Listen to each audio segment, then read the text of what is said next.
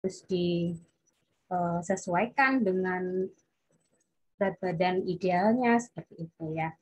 Kemudian lakukan aktivitas fisik. Nah, ini penting sekali.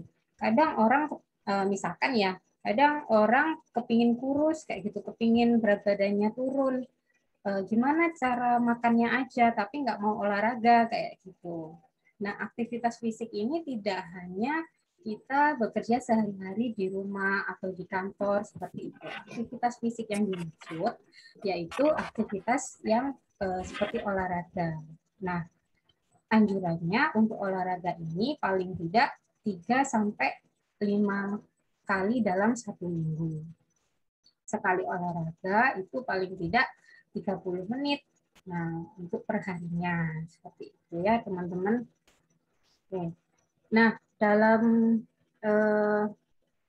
pesan gizi seimbang, ya ada tumpeng gizi yang kita lihat sama-sama ini, itu anjuran konsumsi untuk sekali makan itu ada 5 kelompok pangan tiap kali makan. Yaitu yang pertama, yang paling bawah, yaitu kelompok makanan pokok.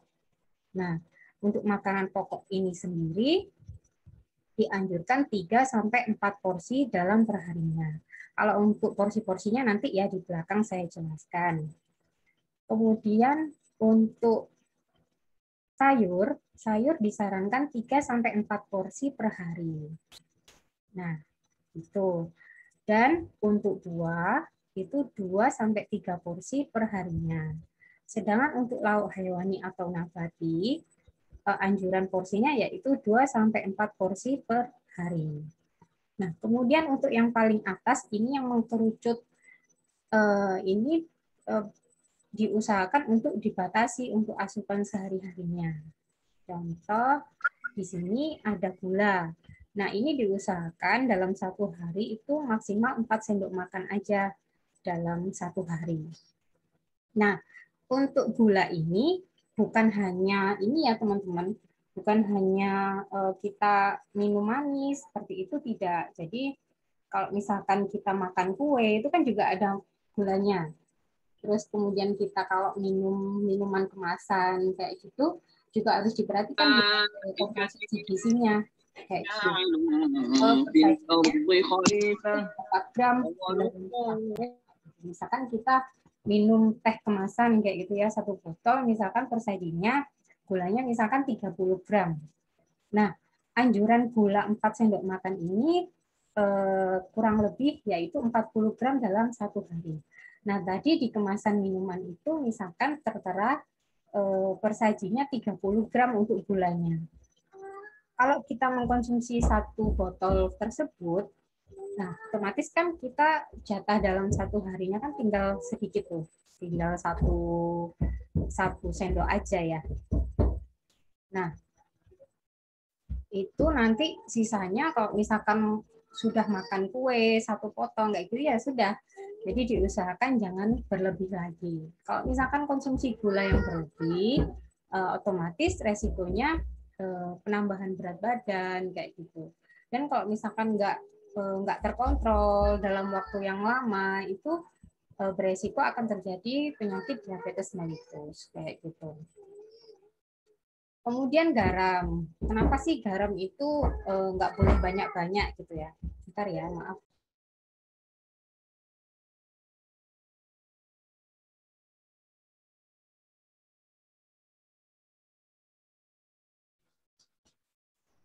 Nah, kenapa sih garam itu nggak boleh terlalu banyak? Jadi kalau garam, kalau kita terlalu sering makan yang terlalu asin atau suka yang gurih-gurih, itu resikonya kepada penyakit hipertensi kayak gitu teman-teman. Kemudian minyak. Minyak itu sebenarnya juga terbatas. Jangan terlalu banyak makan makanan yang berlemak. Minyak di sini tidak hanya bentuk yang gorengan aja ya, jadi makanan yang berlemak juga kayak makanan yang bersantan seperti itu. Nah, caranya gimana ini Bu Ulfa? Masa kalau kita makan ditaker tuh minyaknya sekian-sekian gitu. Enggak, jadi kalau misalkan kita makan diusahakan jangan bentuk yang banyak gorengan kayak gitu. Apalagi kalau dalam puasa seperti ini, ketika sahur itu mengurangi yang gorengan-gorengan juga nih teman-teman, kayak gitu, biar kalau pagi kayak gitu nggak ngantukan kayak gitu ya. Seperti itu. Nah, caranya tadi kalau misalkan dalam sekali makan itu jangan bentuk gorengan semua yang berlemak semua. Kalau misalkan lauknya sudah digoreng, misalkan ayam goreng, terus tempe goreng kayak gitu ya. Diusahakan sayurnya jangan yang bersantan lagi kayak lodeh kayak gitu, sebaiknya dihindari.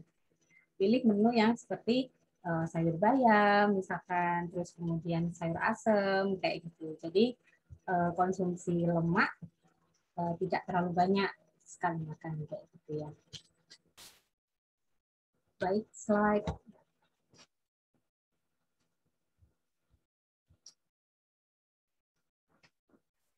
Nah, kemudian ini isi piringku. Nah, kira-kira nih teman-teman kalau sehari-harinya nih isi piringnya sudah sesuai seperti ini belum? Separuhnya ada sayur sama buah, terus sepertiganya itu makanan pokok, nasinya seperti itu, kemudian sisanya lauk pauk. Kira-kira seperti ini enggak? Atau malah makan pokoknya yang separuh atau lebih kayak gitu? Belum ya. Baik, terima kasih. Belum ya. Ada yang sudah belum? Ya, ada yang sudah kira-kira. Sudah jalanin isi piringnya seperti ini enggak? Lagi diusahakan. Alhamdulillah. Bagian sayurnya ada yang belum. Oke, baik. Oh, belum sebanyak itu. Belum konsisten. Ya, semoga nanti setelah setelah materi ini, setelah kita berjumpa ini, mudah-mudahan bisa dipraktekkan ya. Kalau ilmu kalau nggak dipraktekkan, misalnya itu saya rasa sia-sia juga seperti itu ya. Oke, saya lanjutkan. Kalau untuk bisa kembali lagi slide-nya. Nah, betul. Untuk isi piring ini bukan ini ya teman-teman, bukan patokan. Dalam satu piring, misalkan piringnya teman-teman di rumah itu besar kayak gitu, bukan berarti oh Bu Ulfa kemarin bilangnya kalau separuh piringnya itu sayur sama buah kayak gitu dipenuhin kayak gitu ya, enggak seperti itu teman-teman. Tetap kalau untuk porsi sesuai dengan porsi masing-masing kayak gitu ya. Jadi untuk isi piring itu bukan pedoman bahwa makannya harus sepenuh itu, tidak, harus disesuaikan dengan kebutuhan masing-masing. Oke, slide. Nah, ini contohnya. Nah, apakah sudah sebanyak itu sayurnya? Ada yang belum konsisten, seperti itu. Sudah, tapi kadang gitu ya. Terus sepertiganya makan pokok, kemudian separuhnya sayur sama buah. Kalau misalkan nggak ada buah gimana Bu? Supaya ada obat sayur. Aku kayak melaku tekan kene lah karo Mbak Dini nggawa sing peralatannya sing obat. Slide Mbak Fitri.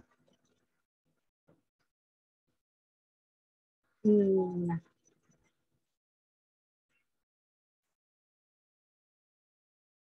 untuk kebutuhan orang dewasa ini saya contohkan 2.200 kalori karena menurut informasi dari panitia usia pesertanya itu sekitar 20 sampai 29 tahun ya. Nah, ini kebutuhannya sesuai, sudah saya hitungkan, ini kebutuhan rata-rata untuk perempuan atau wanita, seperti itu. Untuk nasi, dalam satu hari kurang lebih 450 gram. Nah, seberapa banyak ini Bu Ulfa? Kalau di rumah ada timbangan digital, lebih bagus ditimbang dalam kondisi matang nih nasinya. Atau sekitar 22,5 sendok makan ukuran rumah tangganya atau URT-nya seperti itu. Kemudian untuk ayam yaitu anjurannya sekitar 150 gram atau satu potong sedang.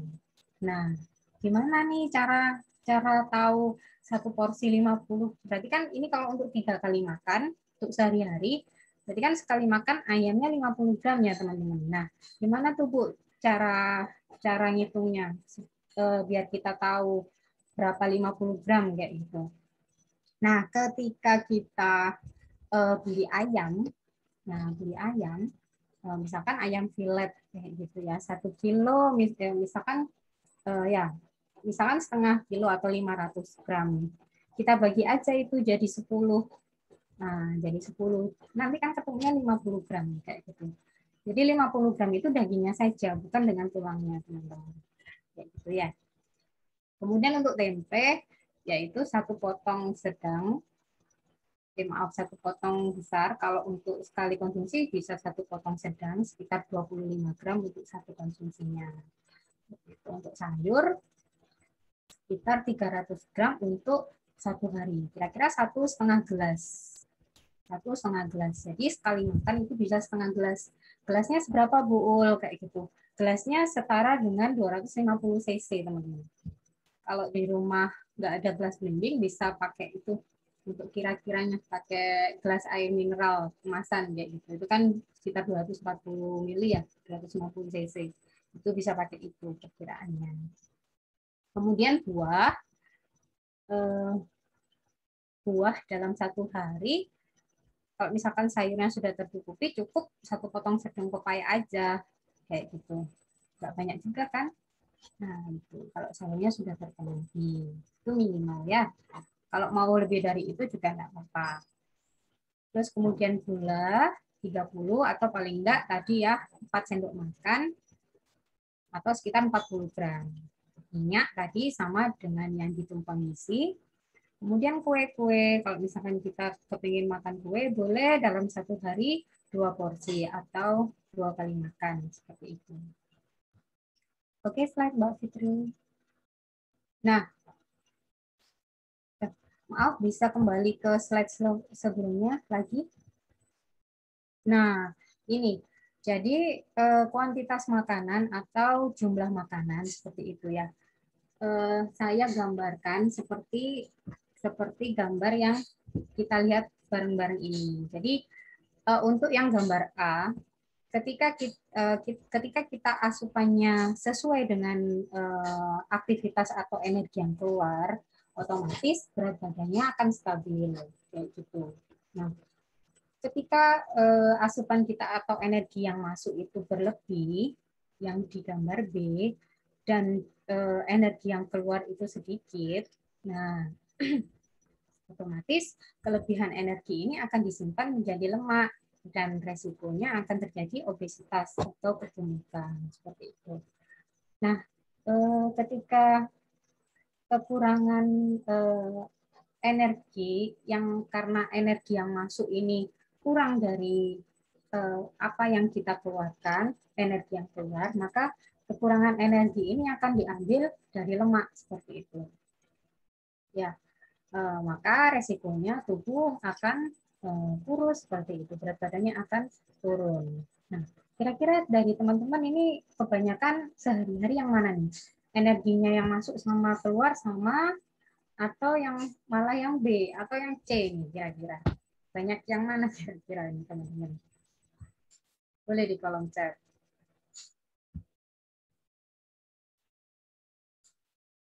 Malu-malu kah? Yang B.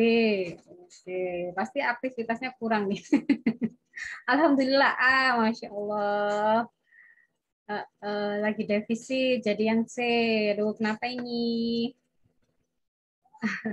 WFH, jadi yang B. Iya, yang B itu baik. Ya, jadi walaupun mau turun berat badan, yang C, oke. Ya, antara B dan C. Baik, Ibu. Baik, teman-teman. Kebanyakan kalau puasa ini kebanyakan yang ini ya, yang B ya. Jadi energi yang masuk ketika sahur makan banyak sekali misalkan. Kemudian ketika siang hari karena WFH kebanyakan tidur, nggak ada aktivitas ya gitu ya. Nah, nanti resikonya yang memang penumpukan lemak di tubuh kayak gitu. Jadi kalau misalkan puasa tetap harus aktivitas seperti biasa. Tidur enggak apa-apa karena tidur dihitung ibadah ya kalau puasa, cuman ya jangan berlebihan juga. Kalau misalkan udah sore mendekati waktu berbuka sekitar 30 sampai 2 jam sebelum berbuka itu malah dianjurkan untuk aktivitas olahraga seperti itu. Olahraga ringan aja. Jadi kayak jalan santai, kemudian kayak jogging. Kalau jogging terlalu berat saya rasa. Jalan santai aja sekitar 30 menit kayak gitu. Lumayan jalan santai sekitar 60 menit aja udah bakar sekitar kalori di dalam tubuh. Kan lumayan. Ya. Oke, slide Mbak.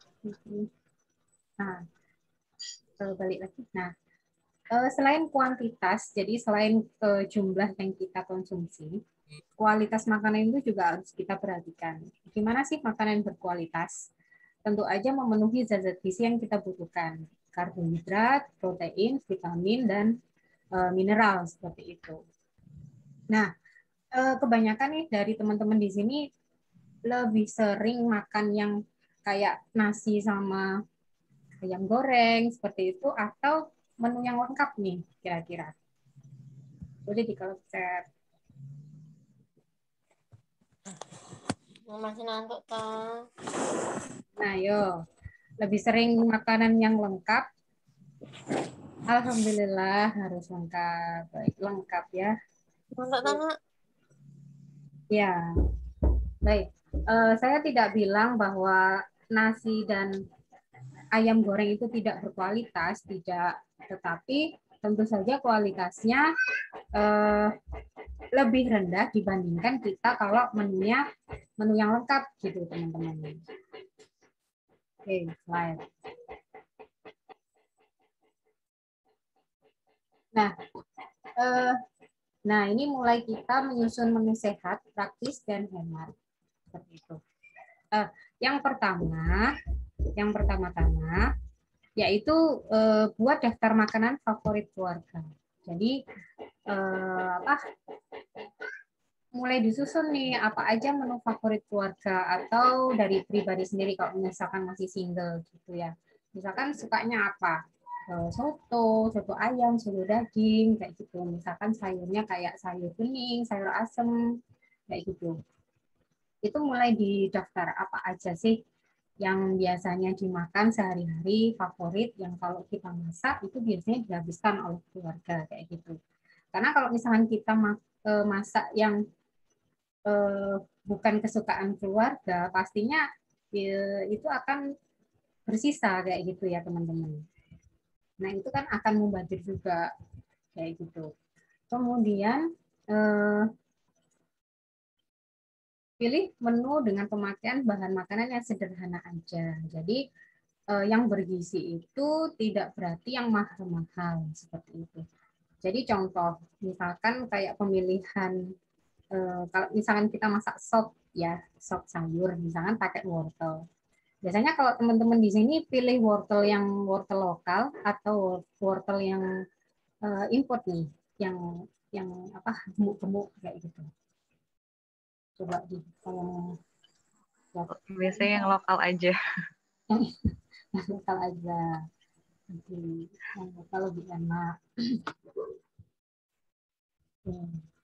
Tergantung yang tersedia. Lokal yang biasa, oke, saya. Oke. Nah, ini salah satu cara untuk berhemat nih, teman-teman sekalian. Jadi kalau misalkan sebenarnya kalau dari sisi gizi, dari kandungan gizinya nggak beda jauh. Jadi nggak ada yang signifikan, nggak misalkan satunya vitaminnya lebih tinggi, satunya rendah, kayak gitu enggak. Jadi nggak beda jauh. Jadi kalau misalkan ingin berhemat karena kandungan gizinya hampir sama, nggak jauh-jauh banget, yang mending pilih yang lebih murah. Kalau misalkan yang import lebih murah, ya silakan, nggak apa-apa. Jadi contoh ya misalkan saya nih, kalau misalkan mau belanja kayak gitu, saya tanya-tanya dulu ini berapa seperempat, kalau yang ini berapa seperempat, kalau kalau itu lebih murah yang misalkan yang import, ya saya punya yang import nggak apa-apa. Wong itu zat gizinya sama kok kayak gitu. Ya mungkin tipsnya bisa dipakai ya untuk teman-teman nantinya gitu. Kemudian yang ketiga dapat memilih menu one dish meal. Ini masuknya dalam satu piring atau makanan sepinggan kayak gitu. Dalam satu piring itu ada sudah karbohidratnya, ada lauk pauknya, ada sayurnya seperti itu. Contoh kalau di Indonesia ini nasi goreng gitu, teman-teman. Jadi kalau misalkan kita bikin nasi goreng, jangan cuma nasi aja atau nasi sama telur aja kayak gitu. Nah, saya ingin tahu nih kalau teman-teman di sini kalau bikin nasi goreng isinya apa aja tuh? Pani. Biasanya nasi, terus pakai telur, Telur apalagi Mbak Fitri. terus ditambah potong dadu dari wortel, terus sama jagung biasanya, Bu. Sama jagung. Sayurnya ya, ada yang telur, sawi, sayur. Ya, sawi juga.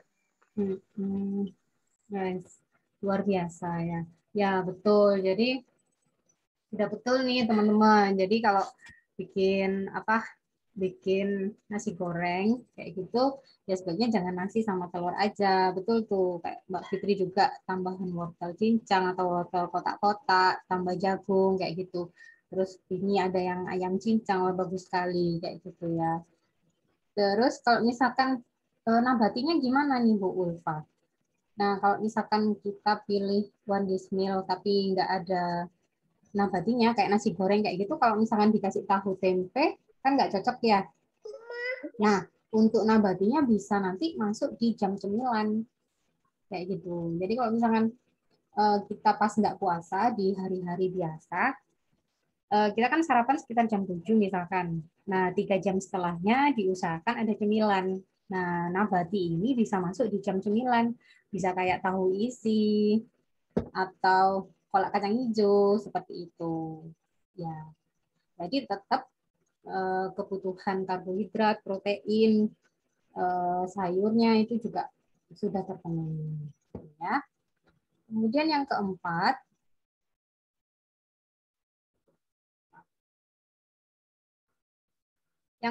yaitu catat sesuai dengan kelompok zat gizinya, yaitu nanti saya contohkan di slide selanjutnya. Jadi makanan pokok ditulis sendiri, digolongkan sendiri, lauk pauk sendiri, sayurnya apa aja, buahnya apa aja, camilannya apa aja. Ini disesuaikan dengan yang nomor 1 tadi, sesuai dengan makanan favorit keluarga. Seperti itu. Jadi nanti ketika kita menyusun meal plan untuk sehari-hari, kita udah nggak bingung tuh mau masak apa aja kayak gitu. Di sahur, untuk berbuka juga nggak bingung lagi. Aduh, besok masak apa ya kayak gitu. Karena kita udah ada susunan meal plan kayak gitu ya. Kemudian yang kelima, buat daftar makanan ini tuh sebanyak-banyaknya supaya menunya lebih bervariasi kayak gitu. Kalau misalkan apa namanya, aduh Bu, favorit di anggota keluarga saya ini ya makannya itu aja kayak gitu ya. Ya coba sekali-sekali diskusi sama anak, sama suami, kayak gitu, sama orang tua, kayak gitu. Ya kita sebar ilmu aja. Sebenarnya kita ngobrol kayak gitu. Sebenarnya kalau kita ingin sehat itu makannya harus gini-gini loh, kayak gitu. Kita coba ya, kita masak apa besok, misalkan masak menu yang sehat kayak gitu. Misalkan anak-anak nggak suka sayur bening kayak gitu ya, coba diobrolin sayur bening itu bagus loh, tinggi zat besi kayak gitu-gitu, buat biar kamu kuat kayak Popeye kayak gitu misalkan, seperti itu ya. Tuh, jadi supaya menunya lebih bervariasi. Semakin kita banyak variasi, semakin banyak juga, semakin lengkap juga kebutuhan zat gizi yang dipenuhi, seperti itu. Kemudian yang nomor 6 yang terakhir, nah ini baru kita susun meal plan. Kalau sudah ada daftar-daftar tersebut, kita susun meal plan. Bisa untuk 7 harian untuk 1 minggu meal plan, bisa untuk 10 harian.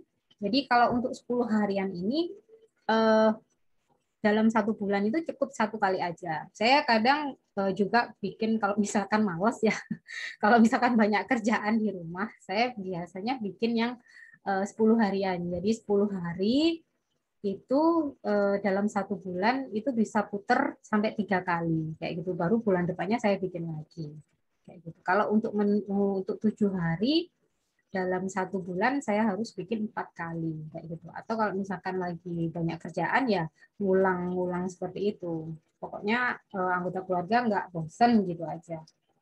Atau kalau misalkan kepingin aman, ya bikin 30 hari sekaligus, kayak gitu ya. Kita lanjutkan. Next, Mbak Fitri.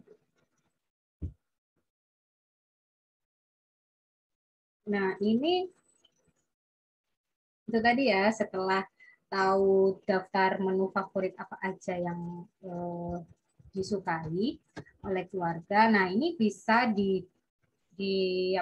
list atau didaftar sesuai dengan zat gizinya masing-masing atau kelompoknya masing-masing kayak gitu. Karbohidratnya apa aja kayak gitu sumbernya. Misalkan nasi goreng lengkap itu tadi ya kayak ada nasinya, ada ayamnya, ada sayurnya seperti itu. Kemudian nasi uduk, nasi merah kayak gitu. Tergantung nanti dari keluarga masing-masing. Nah, kemudian dari protein hewani ini bisa digolongkan biar mempermudah kalau misalkan kita bikin meal plan, digolong-golongkan dulu. Misalkan ayam dulu tuh, ayam bumbu merah, soto ayam kayak gitu. Kemudian selanjutnya daging-dagingan, kemudian ikan, kemudian seafood kayak gitu. Ya, jadi kan nanti kalau misalkan kita bikin meal plan gampang nyarinya, misalkan besok masak daging kayak gitu. Maaf, misalkan tanggal sekian kita bikin masak daging apa ya enaknya ya, kita bisa lihat di kolom protein hewani itu kita mau masak apa aja jenis menunya seperti itu biar mempermudah. Protein hewani juga begitu, golongkan tempe apa aja, kemudian tahu apa aja seperti itu. Nah, kalau untuk protein hewani ini kalau boleh tahu nih teman-teman, selain tahu tempe, apa aja nih kalau untuk protein hewani?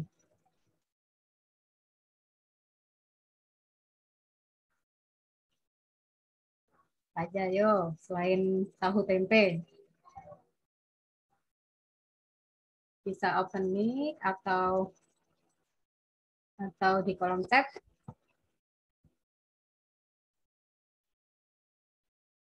Ikan, bakso, nugget. Ya, itu protein hewani sayang. Kalau protein nabati apa?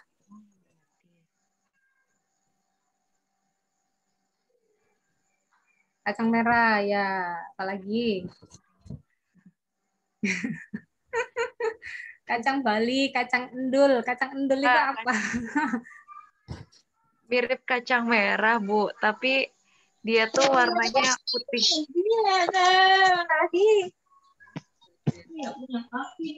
Putih kemerahan.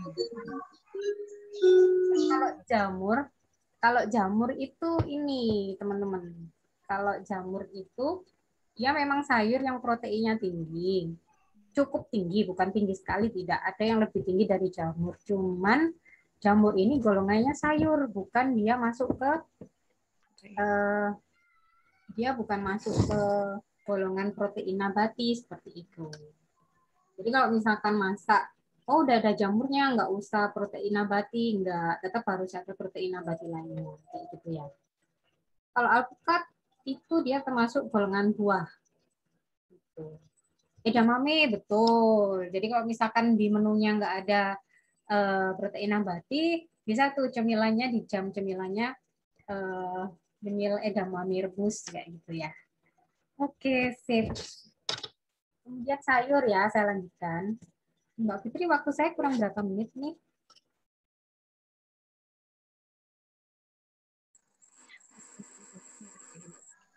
silahkan.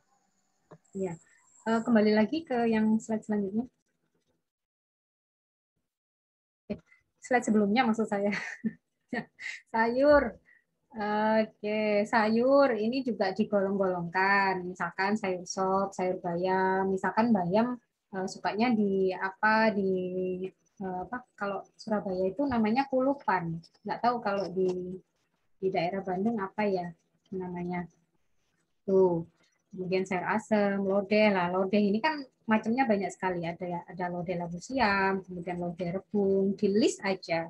Ini nanti biar gampang kalau kita bikin menu plan. Gitu ya. Kemudian buah. Buah. Nah, karena buah ini ada beberapa buah yang harganya juga cukup mahal ya. Nggak perlu beli yang mahal-mahal.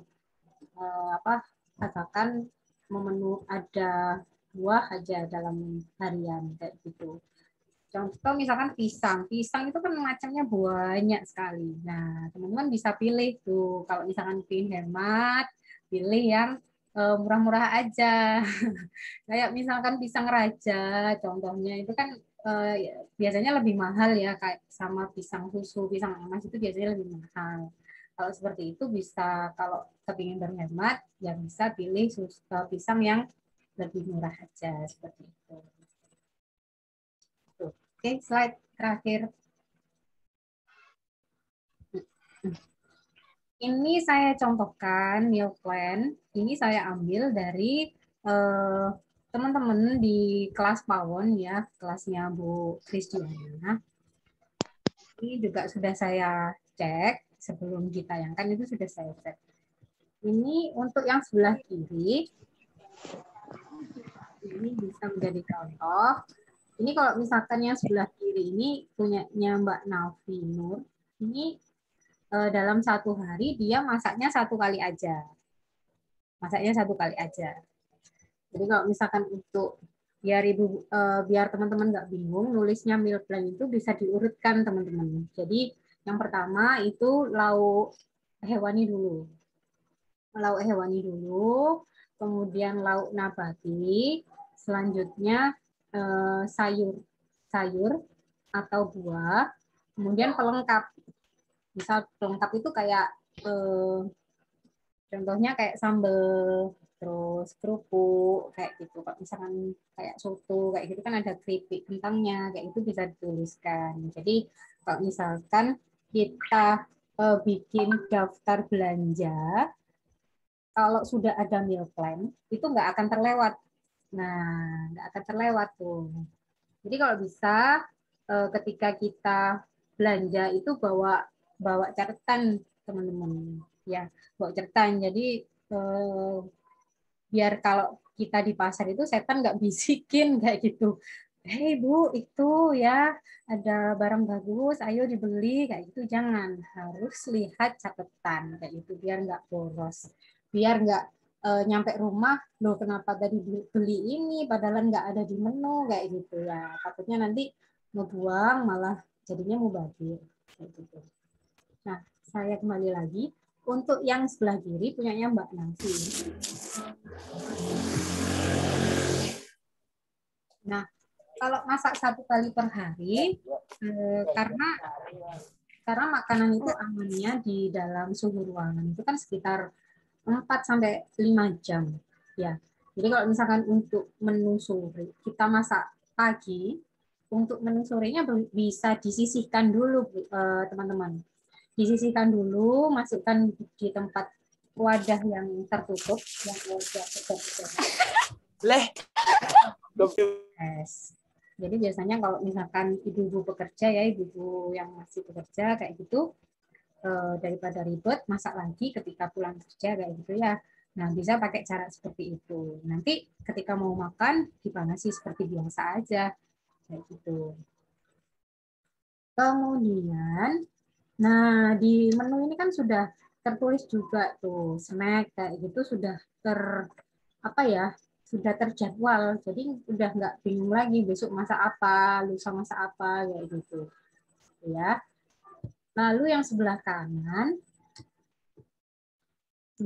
ini ada punyanya Mbak Wanti, ini dia masaknya 2 kali dalam 1 hari. Pagi sendiri, kemudian sore atau siang atau sorenya dia masak lagi. Seperti itu. Sudah terjadwal juga, snacknya juga. Gitu ya.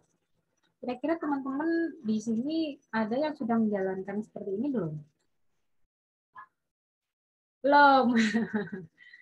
Yuk, mari Bu, teman-teman kita bikin kayak gini ya supaya nggak boros lagi, biar terencana kayak gitu.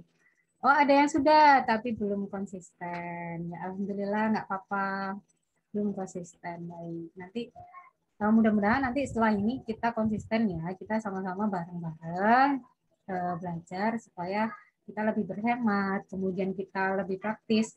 Kalau misalkan kita apa namanya?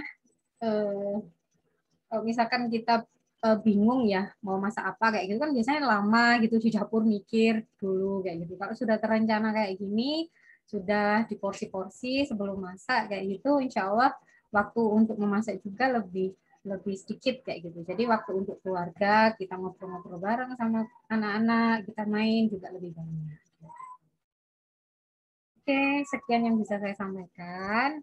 Nah, boleh kalau misalkan kita mau diskusi, silakan. Mau ada pertanyaan, silakan. Masya Allah. Terima kasih Bu Ulfa atas ilmunya ya yang telah di-sharingkan tadi. Menarik sekali. Dan untuk Fitri pribadi pun masih belum menerapkan ini nih Bu. Jadi ilmu baru banget untuk Fitri yang oh iya ternyata mungkin kalau di list itu memang bakal tadi ya mempercepat atau mengefektifkan ya proses memasak kita, Masya Allah. Dan juga tadi jadi lebih asupan nutrisinya lebih seimbang ya gizinya. Oh dari mulai tadi lauk yang hewaninya, kemudian nabatinya, kemudian sayur, pelengkap dan snacknya udah ada pilihan-pilihannya gitu ya, Masya Allah banget. Baik, dibuka untuk sesi diskusi. Ya, langsung dengan Bu Ulfa. Silahkan bisa open mic langsung, raise hand, atau via kolom chat juga boleh. Ya sambil menunggu, Fitri mau nanya dulu deh ke Bu Ulfa. Masya Allah. Biasanya Bu Ulfa kalau menu favorit di keluarga Bu Ulfa apa nih? Biar kita juga mungkin terinspirasi gitu. Ya, saya ini dari kecil itu makannya sudah kebiasaan makanan rumahan, Mbak. Jadi saya tuh hampir jarang sekali beli makanan di luar, apalagi kayak ke restoran kayak gitu ya. Kayak kudet sih kalau dibilang sama teman-teman itu saya tuh kudet kalau masalah makanan-makanan restoran kayak gitu. Ya memang dari kecil memang saya dibiasakan makan makanan rumah gitu. Kalau menu harian biasanya ya yang menu sederhana aja kayak sayur bening, kemudian pepes ikan pindang kalau di sini namanya kayak gitu. Pepes pun biasanya kami kasih tahu kayak gitu, tahu rebus dipotong-potong masukkan ke pepesnya kayak gitu. Yang sederhana-sederhana aja tapi tetap memenuhi gizi. Ya, sambil menunggu pertanyaan yang lain, Fitri mau nanya lagi nih, gali kesempatan emas nih teman-teman belajar langsung sama Bu Ulfa. Boleh. Ini udah ada deh, tapi pengen nanya dulu tadi. Biasanya kalau Bu Ulfa gimana sih pendapatnya tentang, sekarang kan banyak juga campaign-campaign tentang MSG tuh Bu. Kalau dari segi gizinya sendiri gimana Bu? MSG. Kalau MSG ini memang banyak pro kontra ya Mbak ya. Dari zaman dulu sampai sekarang ini banyak sekali pro kontra. Ada yang bilang boleh, ada yang bilang nggak boleh kayak gitu. Sebenarnya aman-aman aja ketika kita konsumsi MSG itu tidak berlebih seperti itu. Jadi kalau MSG itu kan dia penguat rasa kayak gitu ya. Ketika kita pakai MSG untuk masakan kita, otomatis rasa yang ditimbulkan itu akan menguat kayak gitu. Jadi lebih enak di lidah. Tetapi enak itu sebenarnya relatif. Kalau misalkan kita membiasakan sehari-hari tidak memakai MSG, itu akan terbiasa sendiri. Tapi kalau misalkan kita setiap harinya kita pakai MSG, ya tentu aja kalau misalkan kita sekali aja kita nggak pakai MSG atau penyedap rasa, itu pasti anak-anak atau suami pasti tanya, rasanya kok beda sama biasanya kayak gitu. Jadi dari faktor kebiasaan aja. Ya, rasa seperti itu. Pembiasaan ya Bu ya, pembiasaan rasa. Betul, jadi dikembalikan ke pribadi masing-masing. Kalau misalkan mau pakai, ya sebijak mungkin pakainya jangan terlalu banyak. Kalau misalkan nggak pakai, ya nggak masalah. Kalau misalkan mau pakai yang alami, untuk penyedap rasa, kita bisa bikin kaldu. Nah, kaldunya kaldu apa? Bisa dari kaldu tulang sapi, kemudian kaldu dari kulit udang yang sudah dibersihkan, direbus, kayak gitu. Itu sedap sekali kalau misalkan untuk masak.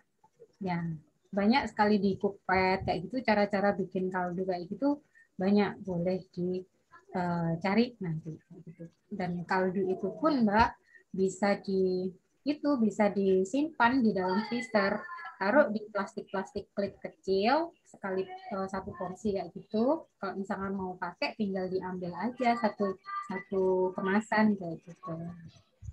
Oke, Masya Allah. Menarik sekali tipsnya ya tadi teman-teman. Untuk yang mau mendapatkan rasa alami dan juga tadi ya, baik gitu dan lebih sedap, bisa pakai kaldu ya Bu ya. Tadi juga bisa dibuat, terus pakai plastik-plastik gitu, nanti bisa digunakan sesuai dengan kebutuhan. Oke, baik, terima kasih Bu Ulfa. Ini udah banyak nih pertanyaan dari teman-teman. Dari pilih dulu ya Bu ya. Silakan. Mau kita ketemu ya, Masya Allah, senang sekali bisa Ya. kenal sama Mbak Fitri ini. Ini ada yang pertama Bu dari Teh Cecilia katanya tuh. Assalamualaikum warahmatullahi wabarakatuh. Izin bertanya, Cecil dari Bandung. Bagaimana caranya menurunkan berat badan di bulan puasa, namun gizinya bisa tetap terpenuhi nih Bu? Karena kan tadi ya makannya juga sedikit gitu dan waktunya juga singkat. Nah, bagaimana agar nantinya makannya seimbang tapi siangnya bisa maksimal gitu, nggak ngantukan katanya. Silahkan. Ngantuk. Terima kasih Mbak Sisil atas pertanyaannya. Cara menurunkan berat badan di bulan puasa, gizi tetap terpenuhi, kemudian biar siang nggak ngantukan kayak gitu ya. Yang pertama, ketika sahur itu perbanyak makan yang berserat. Sayur sama buah itu diperbanyak. Jadi biasanya kalau sahur itu kan males ya. Biasanya nasi sama lauk aja cukup kayak gitu biasanya. Nah, ketika sahur anjurannya memang serat ini diperbanyak supaya apa? Supaya rasa kenyang ini itu bisa lebih lama prosesnya, waktunya seperti itu. Jadi menunda rasa lapar begitu. Kemudian hindari juga ketika kita makan sahur itu makanan yang terlalu berlemak. Jadi terlalu banyak goreng, kemudian kayak jeruan, kayak gitu sebaiknya ketika sahur itu agak dikurangi. Kayak gitu. Karena kenapa? Lemak ini tuh bisa menyumbat pembuluh darah, jadi suplai atau peredaran oksigen itu jadi berkurang. Nah, itu tadi akibatnya ngantukan. Ya, kalau jam-jam segini tuh biasanya rawan tuh kalau lagi puasa kan ya, lagi setelah sahur itu biasanya ngantuk sekali, males bangun kayak gitu ya. Ya itu diusahakan ketika sahur jangan terlalu banyak berenang begitu. Kemudian untuk jaga berat badan, ketika buka puasa itu jangan bahasanya sih ya namanya terlalu banyak kita konsumsi yang manis-manis. Sunahnya kan kita berbuka itu kan memang dengan yang manis ya. Tapi yang manis yang dimaksud itu adalah manis dari kurma. Nah, kurma ini memang tinggi gula, tetapi dia juga tinggi serat. Jadi ketika kita konsumsi saat berbuka puasa, itu tidak menaikkan gula darah secara drastis gitu Mbak Fitri. Jadi tubuh itu nggak kaget. Tapi kalau misalkan kita terlalu langsung minum sirup lah, minum kue, minum gorengan, kayak gitu lah. Itu kan banyak gula, banyak lemak, kayak gitu ya. Itu yang sebaiknya dihindari ketika berbuka puasa. Boleh silakan minum manis, misalkan kepingin sirup, kayak gitu ya boleh. Cuman porsinya jangan terlalu banyak, cukup 1 gelas gitu aja. Nanti setelah makan nambah lagi enggak apa-apa. Itu tadi kan jatahnya dalam 1 hari 24 jam itu sekitar maksimal 4 sendok makan atau 40 gram gula gitu. Lalu selain pola makan, jangan lupa aktivitas. Ya, itu tadi ya. Jadi ketika berpuasa, tetap aktivitas olahraga harus jalan. Jadi 30 sampai 2 jam sebelum berbuka puasa, waktu berbuka, diusahakan olahraga nih kalau misalkan berat badannya ingin terjaga ketika bulan puasa. Gitu. Semoga bisa menjawab Mbak Cecilia Fitria. Wah, makasih lengkap sekali ya. Tadi jawaban dari Bu Ulfa. Tinggal dipraktekin ya. Praktekin ya. Satu tadi dihindari ya. Di sahur bisa perbanyak makan yang berserat, hindari makan makanan yang berlemak dan goreng-gorengan. Terus pas buka puasa jangan terlalu ekstrim yang manis-manisnya ya Bu. Tadi kayak langsung nanti tubuhnya kaget gitu. Dan selain pola makan tadi silakan aktivitasnya juga diimbangi. 20 sampai 30 menit sebelum berbuka. Oke. Insya Allah. Oke Bu, kita next ke pertanyaan selanjutnya. Oke. Dari Teh Salis di sini. Untuk snack yang tadi ada di contoh, katanya kandungan gizinya seperti apa yang baiknya. Tuh. Karena soalnya tadi contohnya ada seblak. Ya, seblak yang berat. Ya, Bu. Ya. Aku angin Ya. Untuk snack, baik, untuk snack itu memang makanan kecil ya. Makanan kecil. Jadi kalorinya itu sekitar 150 kalori sampai 200 kalori untuk di jam snack. Nah, kalau seblak itu memang kalau misalkan porsinya banyak tentu aja dia kalorinya tinggi. Jadi ketika si Mbak Wanti ini kemarin bikin menu, saya sudah sudah pesan tuh kalau misalkan cemilannya seperti seblak, kemudian kayak bakso aci, terus kayak cireng, kayak gitu-gitu itu kan dari karbohidrat ya, dari tepung-tepungan. Jadi sudah saya peseni porsinya jangan terlalu banyak kayak gitu. Dan juga kalau misalkan bikin seblak bisa ditambahkan sayur yang banyak gitu. Kalau kepingin snack yang sehat, bisa pilih dari buah-buahan atau bikin salad kayak gitu juga bisa. Ya, selain yang kue-kue kayak gitu, ya bisa pilih menu yang sehat seperti buah-buahan, salad kayak gitu juga boleh silakan. Gitu. Baik Bu, berarti disesuaikan porsi dan juga kalorinya ya Bu ya? Betul, kalau misalkan cemilannya sudah terlihat, wah ini dari tepung-tepungan, lebih banyak karbohidratnya, ya sebaiknya porsinya jangan terlalu banyak. Gitu. Karena saya pernah hitung kalori dari bakso aci itu, kalorinya udah lebih dari 200 kalori, kayak gitu. Jadi kalau misalkan belum lagi nanti ditambahi kayak mie, kayak gitu, otomatis kalorinya bisa nambah lagi. Mbak. Gitu. Insya Allah. Kalau makanan-makanan yang kayak gitu kalorinya tinggi ya Bu, tapi si energinya itu katanya lebih cepat ini juga, maksudnya saking tingginya karena tidak terpakai akhirnya jadi tertimbun gitu ya Bu. Betul. Makanya itu yang bikin ngantuk teman-teman. Nah, itu dia. Apalagi nggak ada aktivitas, udah numpuk, nggak ada aktivitas, nggak ada energi yang keluar, ya akhirnya ya jadi lemak di tubuh. Gitu. Insya Allah. Baik Bu, kita lanjut ke pertanyaan selanjutnya ya, karena ini sangat-sangat antusias nih teman-teman semuanya di sini ya, pengen hidup sehat di Ramadan ini ya, jadi challenge. Oke. Bismillahirrahmanirrahim. Ada pertanyaan dari Teh Safia. Apabila kita ingin menerapkan makan dengan gizi seimbang, apakah masih perlu kita mengkonsumsi tablet multivitamin? Contohnya setiap hari mengkonsumsi 1 tablet vitamin C dan 1 tablet vitamin D. Atau baiknya seperti apa, Bu? Terima kasih. Baik, terima kasih pertanyaannya Mbak atau Teh Safiah ya. Oke, begini, kalau untuk tadi di tumpeng gizi itu kan sudah terlihat ya berapa porsi sayur sama buah. Selama konsumsi harian kita, vitamin, mineral, dan serat kita terpenuhi dari asupan atau konsumsi makanan kita sehari-hari sesuai dengan isi piringku, tidak perlu atau tidak perlu lagi untuk mengkonsumsi vitamin-vitamin seperti itu. Kecuali ada kondisi tertentu nih, Mbak. Jadi kayak misalkan badan lagi rasa kayak mau flu, terus kemudian rasa udah kayak tenggorokan gatel, kepingin kayak mau batuk, kayak gitu itu perlu. Kayak vitamin C kayak gitu perlu, silakan.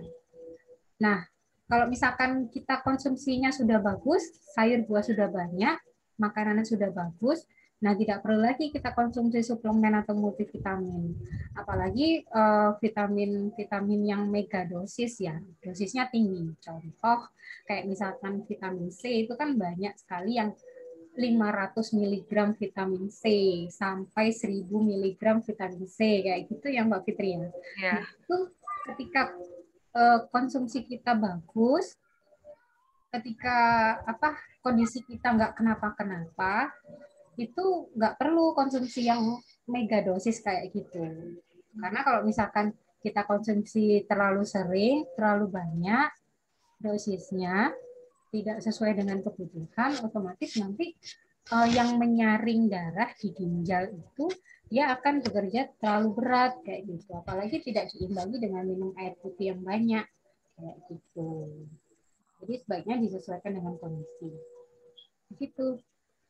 Masya Allah, lengkap sekali ya. Mungkin pertanyaan ini tuh mewakili orang-orang yang suka ini Bu. Kadang memang marketing multivitamin ini rasanya seperti kita sangat-sangat membutuhkan itu gitu.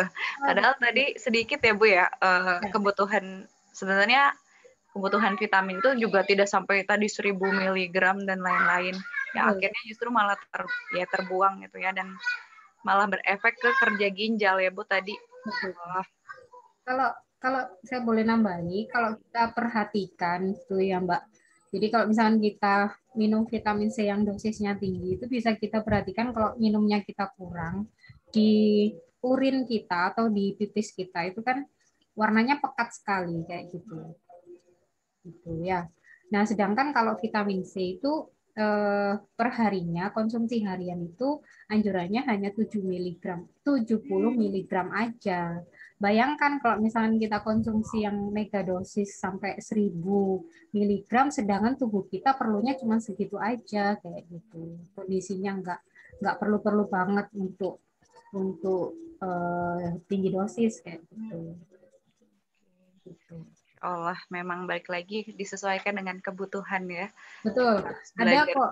Ada kok yang vitamin C yang dosisnya rendah juga ada. Jadi bisa dilihat lagi di label komposisinya juga gitu. Kandungan vitamin C-nya berapa banyak gitu. Masya Allah. Baik, terima kasih Bu Fitri. Izin melanjutkan ke proses selanjutnya.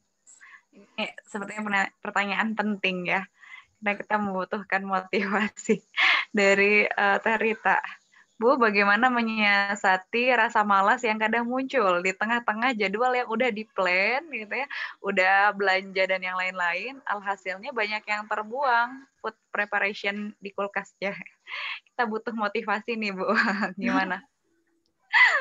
Agar bisa lebih semangat dan tadi. Motivasinya apa ya? Jadi niatkan itu karena Allah ya. Jadi apapun kita kan, saya sendiri kalau jadi ibu rumah tangga itu ini ya kadang memang capek gitu, males gerak kayak gitu ya. Kita diam diri dulu lah, istilahnya kita bermuhasabah dulu. Kita apa sih yang kita inginkan? Apa sih niatan kita sebenarnya? Kita melayani keluarga kayak gitu kan, kita kepingin ridhonya Allah kayak gitu ya. Jadi sebisa mungkin kita harus membangun semangat itu sendiri kayak gitu. Kalau misalkan udah nggak bisa membangun semangat kita sendiri, ya minta bantuan suami atau orang terdekat kita kayak gitu. Kalau misalkan yang masih single, minta minta apa minta semangat dari orang-orang terdekat kita kayak gitu, atau me time kayak gitu, misalkan apa nonton apa yang bisa menyemangati kita kayak gitu. Kalau misalkan sudah menjalankan metode food prep di rumah, sebenarnya insya Allah nggak banyak makanan yang terbuang atau bahan makanan yang terbuang. Jadi kalau misalkan kita sedang dilanda males gerak kayak gitu ya, maunya udah go food aja kayak gitu, males masak kayak gitu. Sebenarnya kalau metode food prep yang kita jalankan itu udah benar, kita tinggal ini aja teman-teman, kita tinggal ngecek aja bahan makannya, apakah alas bahan makanan yang di dalam kulkas tempat kita menyimpan bahan makanan itu masih layak atau waktunya ganti seperti itu bisa menyiasati supaya bahan makanan tidak banyak yang terbuang seperti itu. Nah, semoga bisa memotivasi ya. Jadi niatkan karena Allah, cari ridhonya Allah seperti itu teman-teman sekalian.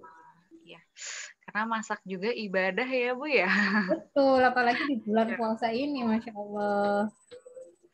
Ya, itu yang mungkin bisa kita kuatkan ya, diperbaiki lagi niatnya, kemudian dengan kita memasak untuk dimakan orang lain dan orang lain itu bahagia dan asupan nutrisinya terjaga, itu pahalanya ngalir terus ya insya Allah kepada yang memasak. Masya Allah. Itu mungkin bisa menjadi salah satu tuh ya motivasi untuk memperbaikinya. Oke, kita lanjutkan Bu. Masih banyak pertanyaannya, Masya Allah, antusias sekali. Bismillah, ini dari Anissa Nadira dari Bandung. Sebelumnya Aulia dari Tangerang. Katanya kondisinya saat ini sedang hamil menjelang 3 bulan, sedang mencoba saum juga, tapi ingin menerapkan gizi yang seimbang. Nah, apakah ada porsi khusus nih Bu, kalau untuk yang kondisinya tadi ya, sedang hamil menjelang 3 bulan? Ada yang perlu diperbanyak atau seperti apa agar baik untuk ibu dan calon bayinya? Oke, terima kasih untuk Mbak Aulia. Jadi gini, kalau untuk ibu hamil, apalagi di masa-masa pandemi COVID seperti ini, sebaiknya konsultasi dulu nih Mbak Aulia sama SPOG-nya. Kira-kira dengan kondisi yang sekarang boleh nggak ikut berpuasa seperti itu. Nanti kan dari dokter kan lihat kondisinya, misalkan status gizinya bagaimana, kondisinya janin bagaimana, seperti itu. Kalau misalkan diizinkan, ya enggak apa-apa. Berarti dokter sudah menilai Mbak Aulia ini kuat untuk berpuasa. Tinggal nanti komitmennya Mbak Aulia sendiri untuk memenuhi kebutuhan selama kehamilan, seperti itu. Nah, ketika trimester pertama itu kan biasanya banyak sekali yang mengalami mual muntah. Nah, mual muntah ini kan kalau nggak muntah, alhamdulillah, cuman mual aja. Itu kan mempengaruhi asupan kita. Kalau misalkan untuk trimester pertama itu penambahan kalorinya sekitar 180 kalori. Itu sekitar kalau digantikan nasi itu sekitar 100 gram atau 1 ons nasi seperti itu.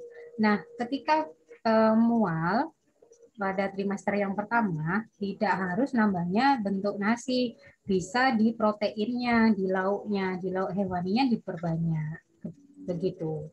Kemudian untuk porsi sayur sama buah juga harus diperbanyak ketika sahur seperti itu, sama seperti orang yang maksudnya yang tidak hamil seperti itu. Yang penting itu tadi ya, tanya dulu ke dokter bagaimana boleh atau tidak, kemudian perbanyak porsi protein hewaninya sama protein nabatinya seperti itu. Dan kalau misalkan nggak kuat, ya sebaiknya jangan dipaksa kayak gitu. kan kita kalau di Islam kan dipermudah ya, insya Iya, Allah. betul. Jadi kalau misalkan nggak kuat, kita bisa ganti di lain hari atau membayar fidyah. Oke. Itu kalau misalkan nanti ada yang ditanyakan kembali, Mbak Aulia bisa chat kembali ya. Ya, terima Bisa kasih Bu jawab. untuk jawabannya. Penting untuk konsultasi ya Bu ya tadi. Pokoknya karena kita mungkin tahu kondisi kita, tapi untuk detailnya bisa dibantu oleh tadi ya dokter kehamilan ya, kandungan. Oke. Bismillah. Oke, selanjutnya nih Bu pertanyaannya. Insya Allah ya, masih ada waktu juga, kita sama-sama maksimalkan. Ibu tadi katanya kan kalau di menu harian itu ada ditulisnya protein saja gitu. Di isi piringku hanya protein saja. Kalau misalnya hanya protein hewani saja tanpa dilengkapi protein nabati bagaimana? Dari Anissa Nadira di Bandung. Baik, terima kasih Mbak Anissa. Jadi gini, yang dimaksud protein dalam isi piringku itu tidak hanya protein hewani, protein hewani dan protein nabati, begitu. Jadi dua-duanya. Dalam sekali menu itu harus ada dua-duanya itu, protein hewani sama nabati. Itu. Harus dua-duanya ya, Harus biar dua-duanya. Oke. Kita lanjutkan, Bu. Bismillah. Dari Teh Arina dari Tasikmalaya. Katanya Teh Arina ini sedang mempunyai bayi usia 7 bulan. Nah, berat badan saat 6 bulan itu 11 kilo. Nah, melihat dari grafik di Kia, termasuk kelebihan berat badannya. Saya pernah dicek di aplikasi, termasuk gizi yang lebih. Nah, sekarang sudah 1 bulan untuk MPASI. Nah, apa yang harus dilakukan ketika usia masih bayi, tapi sudah masuk ke gizi yang lebih? Dan juga full ASI eksklusif katanya. Gimana, Bu? Oke. Oke, bismillah ya. Untuk Mbak Arina, kalau untuk bayi itu walaupun ketika obesitas, nggak mungkin kan bayi kita suruh diet kayak gitu ya. Jadi nanti bisa dievaluasi itu Mbak Arina. Mbak Arina ya tadi yang maaf. Ya, jadi bisa dievaluasi lagi tuh Mbak Arina. Mbak Arina bisa kunjungi ahli gizi yang terdekat, bisa di puskesmas. Sekarang di puskesmas sudah ada. Atau di rumah sakit terdekat, bisa konsultasi tuh. Kira-kira porsi yang diberikan untuk si adik ini sudah sesuai belum dengan apa konsumsi yang seharusnya sesuai usianya seperti itu. Ya, jadi saya rasa kalau untuk bayi lebih baik dikonsultasikan dengan ahli gizi. Oke, betul. Jadi lebih tahu porsi yang seharusnya itu bagaimana kayak gitu. Oke. Jadi Memang nanti harus langsung ya, Bu ya? Ya, sama ahli gizi pasti nanti ditanyain istilahnya di recall. Jadi dalam 24 jam ke belakang itu si adik ini konsumsinya berapa banyak, nanti disesuaikan sama porsi yang seharusnya seperti itu. Insya Allah. Ternyata penting ya untuk bayi pun harus gizinya seimbang ya. Luar biasa. Ya karena masalah gizi di Indonesia ini nggak hanya gizi kurang aja Mbak Fitri, tetapi obesitas itu juga menjadi masalah di Indonesia ini kayak gitu, dan itu juga belum kelar-kelar sampai sekarang kayak gitu ya.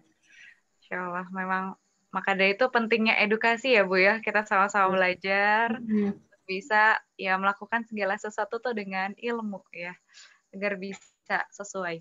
Oke, baik Bu, kita lanjutkan. Masya Allah, ini ada dari Teh Vira Aini. Bagaimana pendapat Ibu jika memperbanyak asupan protein dan mengurangi sumber karbo seperti nasi? Menguranginya seberapa banyak?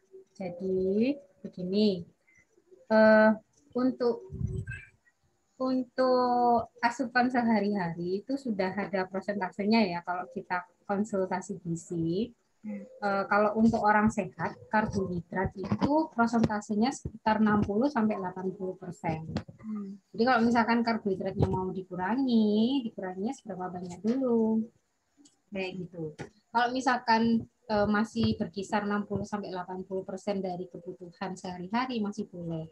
Tapi kalau di bawah itu sebaiknya jangan. Protein pun juga begitu.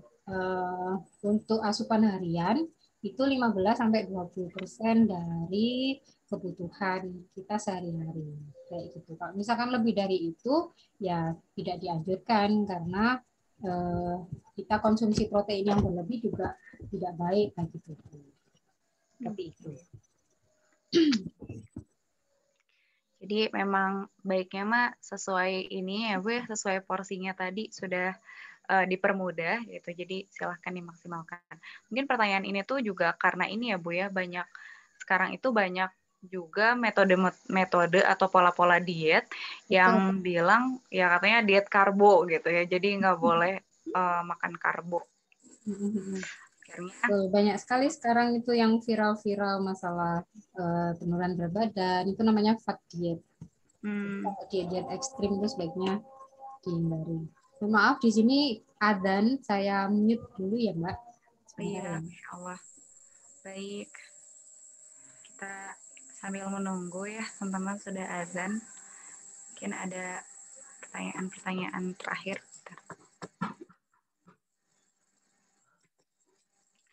Oke, di sini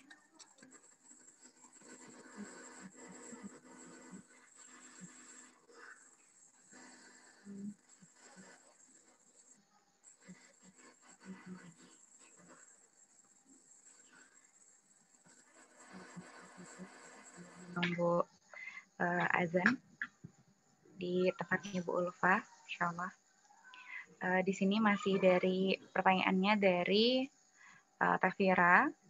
Menurut Bu Ulfa, adakah batasan untuk membeli jajan makanan di luar? Karena kita tidak bisa memastikan ya takaran-takarannya di luar, dan sekarang kan makanan-makanan di luar tuh sangat-sangat tinggi kadar gulanya ya, sebenarnya kalau dilihat secara sekilas. Kemudian juga minyak juga itu banyak sekali, dan garam juga. Bisa dijawab? Izin bacakan yang selanjutnya. Oh, ini tadi yang Teh Aulia ya, insya Allah sudah konsultasi dengan dokter dan izinkan untuk saum. Alhamdulillah. Semoga Allah berikan kekuatan. Oke. Nah, ini ada dari Teh Khairunisa. Nyambung dari pertanyaan Bu Arina. Gimana dengan kondisi bayi yang sekarang yang kurang dari KBM? Apa yang perlu diperbaiki dari makanannya? Kayak gitu. Karena belum MPASI ya, tapi sebentar lagi anaknya MPASI. Insya Allah. Oke, sudah ternyata itu pertanyaan terakhir. Insya Allah ada 2 pertanyaan. Insya Allah.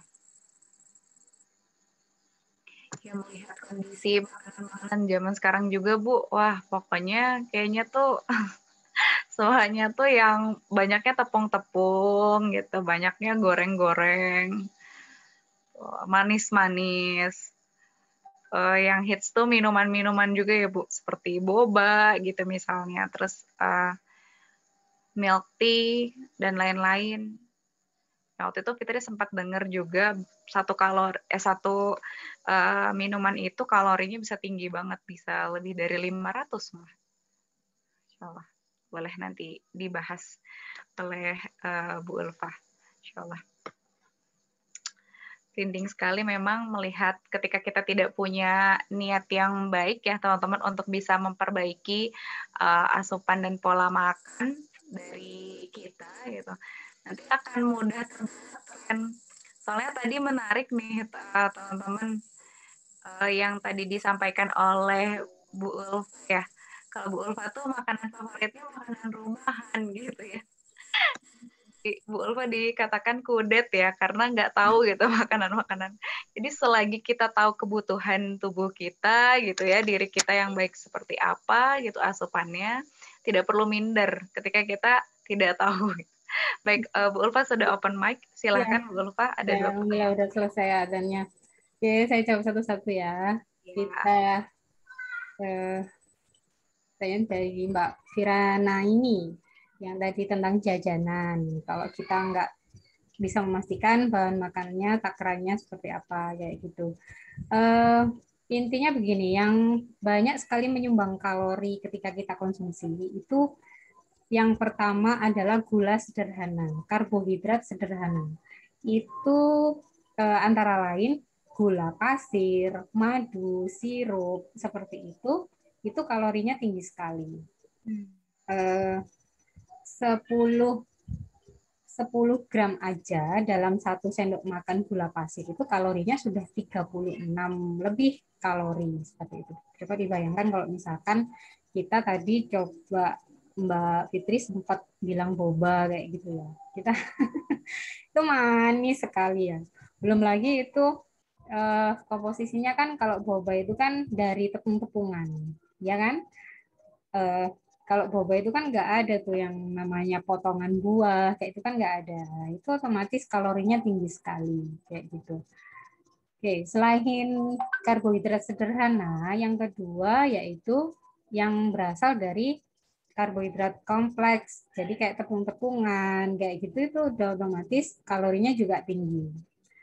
Terus yang ketiga, makanan yang berlemak gitu. Jadi kayak makanan yang digoreng itu otomatis kalorinya juga tinggi. Jadi kita nggak perlu tanya, yang nggak mungkin ya kita beli makanan terus itu takarannya berapa kalau nggak ada komposisinya, kan kita nggak mungkin tanya.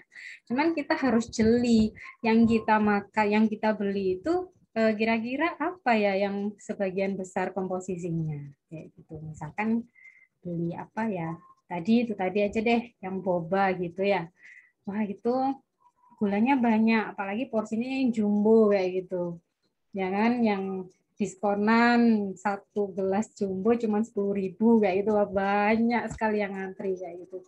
Nah, itu gula, di dalamnya itu gula, terus tepung-tepungan. Itu pasti kalorinya sangat tinggi. Ya bukan berarti nggak boleh konsumsi itu, boleh asalkan sesuai kebutuhan kita, jangan terlalu banyak juga. Kalau misalkan kita beli 1 gelas, ya jangan dihabisin sendiri. Misalkan beli 1 buat berdua atau bertiga kayak gitu. Tapi jarang sekali ya yang kayak gitu ya, Mbak Fitri ya. Gitu. Ya, semoga bisa menjawab ya. Bisa dibagi-bagi ya Bu ya. Tadi kalau mau beli 1 jangan dihabisin sendiri. Apalagi jangan dihabisin sendiri. Bawa pulang. Baik. Insya Ya. Allah. Terus lagi, oh ini tadi yang Mbak Aulia. Oh, sudah konsultasi ke dokter. Alhamdulillah, suami juga. Alhamdulillah ya. Ya, mudah-mudahan insya Allah dikasih kelancaran ya Mbak Aulia untuk kehamilannya, untuk apa? Untuk tahunnya di bulan ini seperti itu. Semoga lancar ya.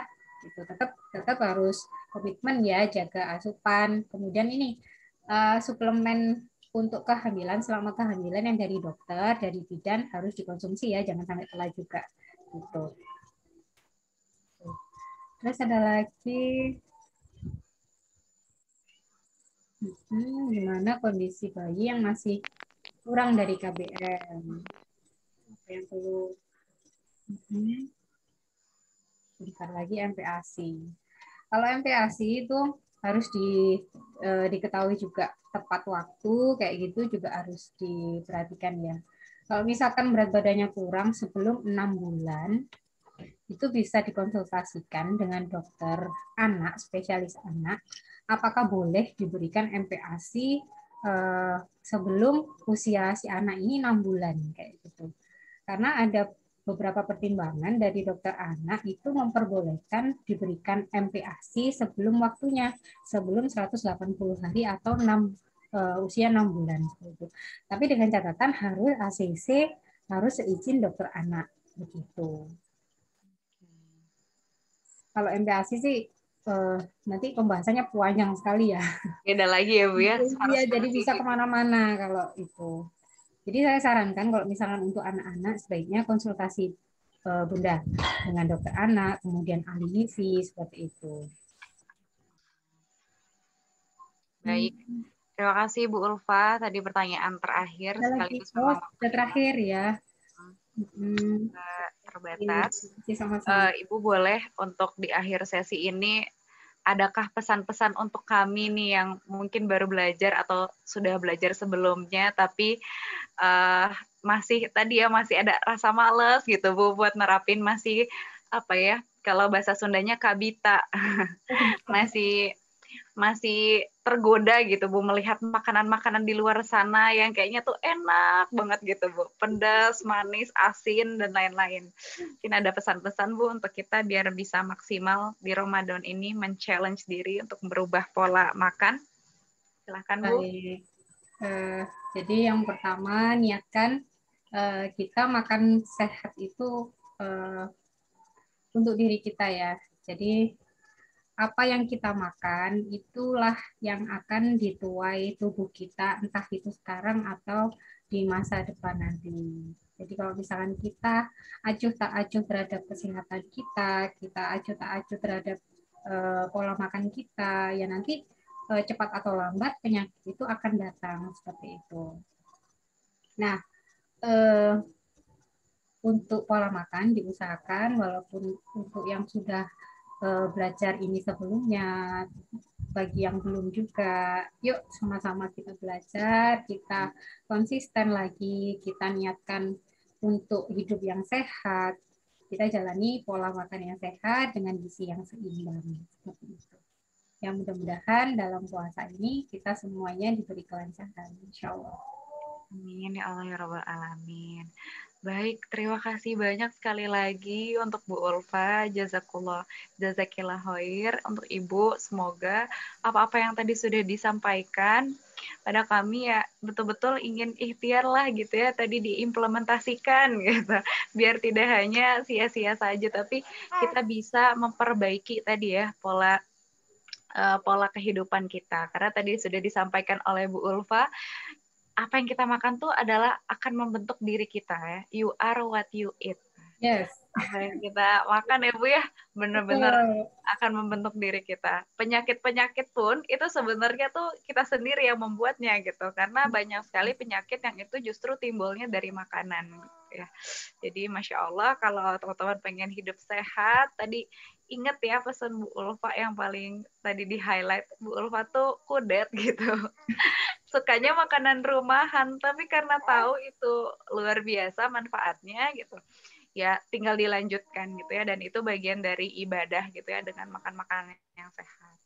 Oke, teman-teman, tidak terasa ya waktu kita sudah berada di penghujung kesempatan kali ini untuk berguru langsung dengan Bu Ulfa yang Masya Allah sudah berpengalaman sekali ya di dunia gizi, luar biasa. Fitri izin sedikit menyimpulkan ya tadi apa yang disampaikan oleh Bu Ulfa. Tapi sebenarnya teman-teman kalau yang tadi terlewat mungkin bisa minta recordingnya agar bisa menyimak dari awal. Sayang banget kalau tadi ada yang ya disimaknya di tengah-tengah gitu ya, atau enggak dari awal. Silahkan disimak dari awal agar bisa komprehensif ilmunya ya. Masya Allah, untuk memilih makanan jangan hanya dari jenisnya saja gitu, tapi juga bagaimana makanan-makanan yang kita pilih untuk kita konsumsi itu yang berkualitas ya, sehingga makanan-makanan yang berkualitas ini ya akan bisa menghasilkan energi yang berkualitas juga teman-teman. Jadi usahakan energi yang masuk ya seimbang dengan energi yang keluar. Yang ini bisa dicek and recheck dari kuantitas makanan. Kemudian dalam menyusun menu sehat praktis dan juga hemat, kita bisa menerapkan poin-poin ini nih, ya. Detailnya silahkan disimak diulang ya di recordingnya. Tapi di sini Fitri sebutkan poinnya. Yang pertama, buat daftar makanan favorit dulu nih ya. Favorit keluarga apa kira-kira yang suka habis gitu ya, langsung habis diserbu itu apa, dibuat daftarnya, kemudian pilih menu dengan bahan makanan yang sederhana. Kemudian ketika kita mungkin sedang banyak aktivitas, bisa memilih one dish meal seperti nasi goreng ya. Tapi nasi gorengnya pun perlu yang gizi seimbang. Kemudian bisa catat sesuai dengan kelompok gizinya. Tadi sudah disampaikan kelompok gizinya apa saja. Makanan pokok, lauk pauk, sayur, buah, dan cemilan ya. Insya Allah. Kemudian bisa buat daftar makanan sebanyak-banyaknya agar bisa banyak variasinya. Nah, terakhir mari kita sama-sama susun meal plan-nya gitu ya. Bagaimana untuk 7 hari, 10 hari, atau langsung 30 hari ya, agar nanti bisa terpenuhi kebutuhan gizi seimbang dari keluarga. Mungkin sekian yang dapat di highlight ya, beberapa poin yang dapat di highlight dari pertemuan kali ini.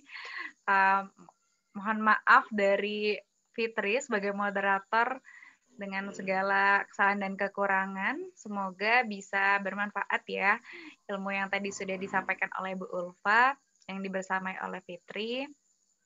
Sekian yang dapat disampaikan. Wabillahi taufiq wal hidayah. Assalamualaikum warahmatullahi wabarakatuh. Dikembalikan kepada Teteh MC ya, Teh Abidatul Rofiyah. Silahkan Teh Abi. Ya, alhamdulillahirrahmanirrahim. Waalaikumsalam warahmatullahi wabarakatuh. Ya, alhamdulillah, Masya Ulfa pada pagi menjelang siang hari ini. Semoga apa yang disampaikan dapat bermanfaat bagi kita semua. Dan kami ucapkan terima kasih banyak kepada Bu Ulfa yang sudah meluangkan waktu, meluangkan ilmu. Ya, semoga dimudahkan Bu Ulfa rezekinya dan segala urusannya. Dan Teh Fitri juga terima kasih banyak. Nah, biar kita nggak wacana nih ilmu kita ya, biar insya Allah manfaat ya. Jadi tim dari motivasi istri ini membuat sharing dulu dari saya.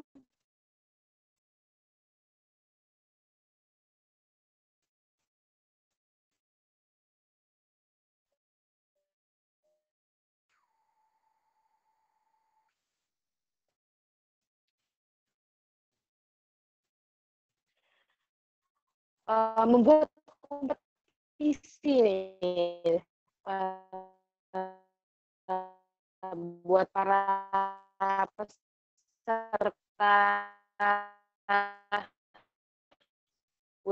webinar. Jadi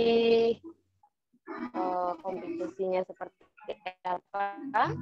Nah, di sini ada cerita Ramadanku.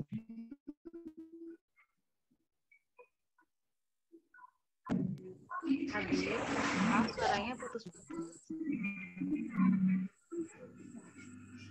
Mohon maaf, tadi sepertinya ada lantai. Silahkan lanjut.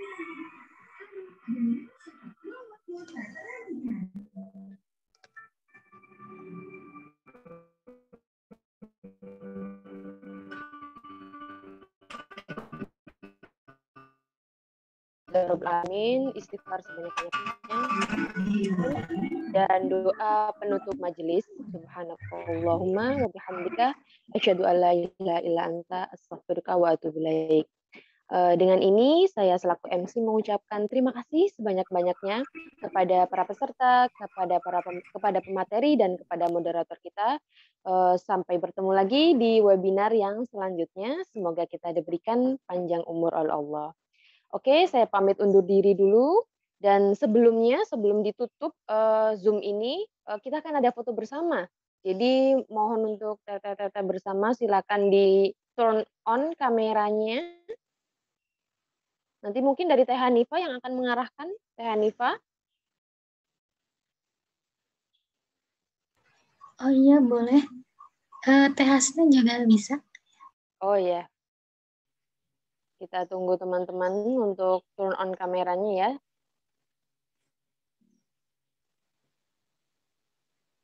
Biar kenang-kenangan lah.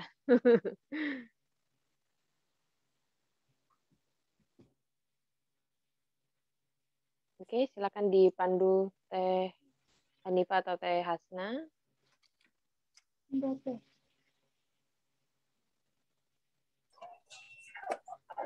Sudah perhatikan semua di sini.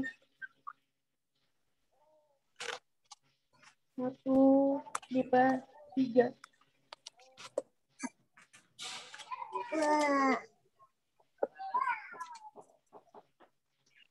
Oke, sudah ya Teh Ada Hasna? 3 slide. Ya, udah ada 3 slide.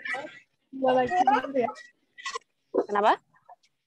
Di saya ada 3 slide, jadi 3 kali foto ya. Oh, siap. Silakan. Untuk yang slide pertama, 1, 2, 3.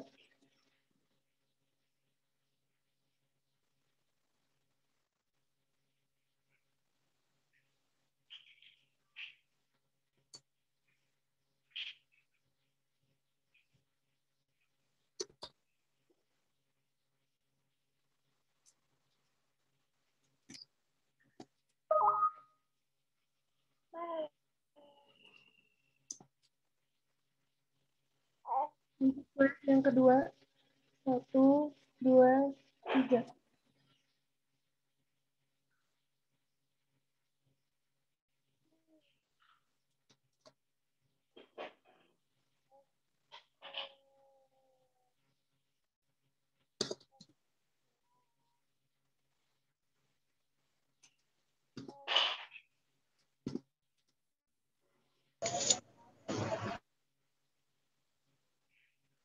Untuk slide yang terakhir, 1, 2, 3. Sudah kata-kata, terima kasih. Ya, terima kasih. Alhamdulillahirrahmanirrahim. Baiklah. Kita akhiri saja. Wassalamualaikum warahmatullahi wabarakatuh. Waalaikumsalam warahmatullahi wabarakatuh. Izin lab teh. Jazakillah Ya, khair. Terima kasih Teh.